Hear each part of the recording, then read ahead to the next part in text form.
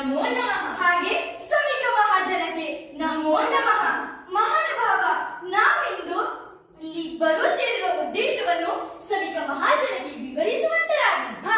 ಇಂದು ನಾವು ರಾಮಾಯಣದ ಕುರಿತಂತೆ ಇರುವ ಸ್ತ್ರೀ ಸಮಾನತೆಯನ್ನು ಸಾರುವ ಒಂದು ಜನಪದ ಕಥೆಯನ್ನು ಈ ಸಭಿಕರ ಮುಂದೆ ಹೇಳಲು ಸೇರಿದ್ದೇವೆ. ಸಭಿಕರಿಗೆ ಇನ್ನೊಮ್ಮೆ ನಮಿಸಿ ಕಥೆಯನ್ನು ಪ್ರಾರಂಭಿಸೋಣವೇ? ಪ್ರಾರಂಭಿಸೋಣ. ಮಂಥನೆಯ ಕುತಂತ್ರದಿಂದ ಕೈಕೆಯು ಕೌಶಲ್ಯೆಯ ಪುತ್ರನಾದ ಶ್ರೀರಾಮನನ್ನು ವನವಾಸಕ್ಕೆ ಕಳುಹಿಸಿದ ಪರಿಣಾಮ ಶ್ರೀರಾಮನ ಕೊರಗಿನಲ್ಲಿಯೇ ಹಾಸಿಗೆ ಹಿಡಿದು ಕೊನೆ ಉಸಿರೆಳೆಯುವ ದಶರಥ ಮಹಾರಾಜರಿಗೆ ಪಿಂಡ ಪ್ರದಾನ ಮಾಡುವ ಸಲುವಾಗಿ ಶ್ರೀರಾಮಚಂದ್ರ ಮತ್ತು ಸೀತಾದೇವಿ ಫಾಲ್ಗುಣಿ ನದಿ ತೀರಕ್ಕೆ ಬರುತ್ತಾರೆ. ಆಗ ಶ್ರೀರಾಮಚಂದ್ರ ಸೀತಾದೇವಿಯ ಬಳಿ ಹೀಗೆ ಹೇಳುತ್ತಾರೆ. ಏನಂತ ಹೇಳುತ್ತಾರೆ? ಸೀತಾ, ಇಂದು ಈ ಫಾಲ್ಗುಣಿ ನದಿ ತೀರದಲ್ಲಿ ನನ್ನ ತಂದೆ ದಶರಥ ಮಹಾರಾಜನಿಗೆ ಪಿಂಡ ಪ್ರದಾನ ಮಾಡಿ ನನ್ನ ಬುದ್ಧ ಧರ್ಮವನ್ನು ನಿಭಾಯಿಸುತ್ತೇನೆ. ಆಗ ಸೀತೆ, ಹಾಗೆ ಮಾಡಿ ಸ್ವಾಮಿ ಎಂದು ಸೀತಾ ಮಾತೆ ಹೇಳುತ್ತಾಳೆ. ಆಗ ಶ್ರೀರಾಮಚಂದ್ರರು, ದೇವಿ, ನೀವು ಇಲ್ಲಿಯೇ ನಿಲ್ಲಿ, ಪಿಂಡ ಪ್ರದಾನಕ್ಕೆ ಬೇಕಾದ ವಸ್ತುಗಳನ್ನು ತರುತ್ತೇನೆ ಎಂದು ಹೇಳಿ ಶ್ರೀರಾಮನು ನಿರ್ಗಮಿಸುತ್ತಾರೆ. ಆಗ ಸೀತಾ ಮಾತೆಗೆ ನೋವಿನ ಧ್ವನಿಯನ್ನು ಕೇಳಿಸುತ್ತದೆ. ಏನಿದು ಆರ್ತನಾದ? ಹೇ ಸೀತಾ, ರಾಮನ ಅನುಪಸ್ಥಿತಿಯಲ್ಲಿ ನೀನೇ ನನಗೆ ಪಿಂಡ ಪ್ರದಾನ ಮಾಡು. ತಂದೆ, ನಿಮ್ಮ ಇಚ್ಛೆಯಂತೆ ಆಗಲಿ. ಆದರೆ ಯಾವ ಪದಾರ್ಥದಿಂದ ಪಿಂಡ ಪ್ರದಾನ ಮಾಡುವುದು ಎಂದು ನನಗೆ ತೋಚುತ್ತಿಲ್ಲ.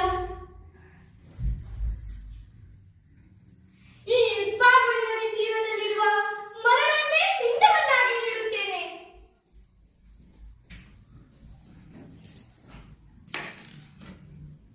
ಆಹಾ, ಈಗ ನನ್ನ ಆತ್ಮಕ್ಕೆ ತೃಪ್ತಿ ದೊರೆಯಿತು.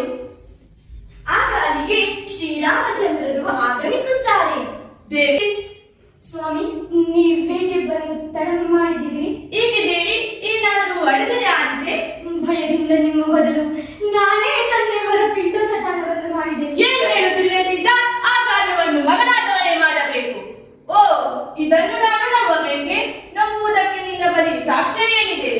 ಸಾಕ್ಷಿ, ಆಧಾರ ಏನಿದೆ? ಏನಿದೆ ಸ್ವಾಮಿ? ಈ ಘಟನೆಗೆ ಮೊದಲ ಆಧಾರವೇ ಈ ಫಾಲ್ಗುಣಿ ನದಿ. ಫಾಲ್ಗುಣಿ ನದಿ? ಅದನ್ನು ಸಾಬೀತುಪಡಿಸು. ಆಗ ಸೀತಾ ಮಾತೆ ಫಾಲ್ಗುಣಿ ನದಿ ತೀರದಲ್ಲಿ ಹೋಗಿ ಕೈ ಜೋಡಿಸಿ, ಹೇ ಫಾಲ್ಗುಣಿ, ಪ್ರತ್ಯಕ್ಷವಾಗಿ ನೀನು ನೋಡಿರುವ ವಿಚಾರವನ್ನು ಸವಿವರವಾಗಿ ಸ್ವಾಮಿಗೆ ವಿವರಿಸುವಂತರಾಗು. ಆಗ ಫಾಲ್ಗುಣಿ ನದಿ, ನಾನು ನನ್ನ ಅಲೆಗಳ ಜೊತೆ ಆಟವಾಡುತ್ತಾ ಮೈಮರೆತಿದ್ದೆ. ಆದರೆ ಸೀತಾ ಮಾತೆ ಯಾವ ಕ್ಷಣದಲ್ಲಿ ಪಿಂಡ ಪ್ರದಾನ ಮಾಡಿದರೆಂದು ನಾನು ಗಮನಿಸಲಿಲ್ಲ. ಆಗ ಸೀತಾ ಮಾತೆ ದ್ವಂದ್ವಕ್ಕೆ ಸಿಲುಕಿ, ಗೋಮಾತೆ, ನೀನಾದರೂ ನನ್ನ ಪರವಾಗಿ ಸಾಕ್ಷಿ ಹೇಳುವೆಯಾ? ಕ್ಷಮಿಸು ಮಾತೆ, ನಾನು ಹುಲ್ಲುಗರಿಗೆ ತಿನ್ನುವುದರಲ್ಲೇ ಮಕ್ಕಳಾಗಿದ್ದೆ ವಿನಃ ಬೇರೇನನ್ನೂ ಗಮನಿಸಲಿಲ್ಲ. ಗೋಮಾತೆ, ನೀನು ನನ್ನ ಕೈ ಬಿಟ್ಟೆಯಾ?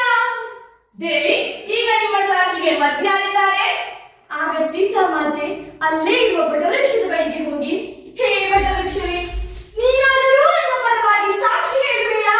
ಆಗ ವಟವೃಕ್ಷ, ಮಾತೆ ಸೀತೆ ನಿಜವನ್ನೇ ನುಡಿಯುತ್ತಿದ್ದಾಳೆ. ಮಾತೆ ಸೀತೆ ಫಾಲ್ಗುಣಿ ನದಿ ತಟದ ಮರಳನ್ನೇ ಪಿಂಡವಾಗಿ ತರ್ಪಣ ನೀಡಿರುವುದನ್ನು ಕಣ್ಣಾರೆ ನೋಡಿದ್ದೇನೆ. ವಟವೃಕ್ಷವೇ, ಧನ್ಯರಾದೆ. ನಿಮ್ಮ ಮಾತುಗಳನ್ನು ಗಣನೆಗೆ ತೆಗೆದುಕೊಳ್ಳದೆ ಅವಿಶ್ವಾಸಗೊಳಿಸಿದಕ್ಕಾಗಿ ಕ್ಷಮೆ ಇರಲಿ. ಹೋಗೋಣವೇ ಸೀತೆ? ನಿಲ್ಲು ಸ್ವಾಮಿ, ಕಣ್ಣಾರೆ ನೋಡಿದ ಘಟನೆಯನ್ನು ನೋಡಿಲ್ಲ ಎಂದು ಈ ನದಿ ಗೋಗಳು ಸುಳ್ಳಾಡಿ ನನಗೆ ಅವಮಾನವನ್ನು ಮಾಡಿದರು. ಇದರ ಪರಿಣಾಮ ನಾನು ಇವರಿಗೆ ಶಾಪವನ್ನು ನೀಡುತ್ತಿದ್ದೇನೆ. ಹೇ ಫಾಲ್ಗುಣಿ, ನೀನು ಭವಿಷ್ಯದಲ್ಲಿ ಅಂತರ್ಮುಖಿಯಾಗಿದ್ದೀಯ. ಗೋವೆ, ನೀನು ಮನುಷ್ಯನ ತಿಂದು ಬಿಟ್ಟ ನಿಕೃಷ್ಟ ಆಹಾರವನ್ನು ತಿಂದು ಜೀವಿಸಲಾಗದು. ವಟವೃಕ್ಷವೇ, ನೀನು ಸತ್ಯ ಹೇಳಿದ್ದರಿಂದ ವೃಕ್ಷಗಳಲ್ಲೇ ಶ್ರೇಷ್ಠನಾಗುವುದಲ್ಲದೆ ದೈವ ಸ್ವರೂಪಗಳಾದ ದೇವತೆಗಳ ಪಾಲಿಗೆ ಸೇರುವಂತನಾಗು. ಹಾಗೆ ಭವಿಷ್ಯದಲ್ಲಿ ಎಲ್ಲಾ ಹೆಣ್ಣು ಮಕ್ಕಳು ನಿನ್ನನ್ನು ಪೂಜಿಸುವಂತಾಗಲಿ. ಹಾಗೆ ಯಾರು ನಿನ್ನನ್ನು ಪೂಜಿಸುತ್ತಾರೋ ಅವರ ದಾಂಪತ್ಯ ಚೆನ್ನಾಗಿರಲಿ. ತಥಾಸ್ತು.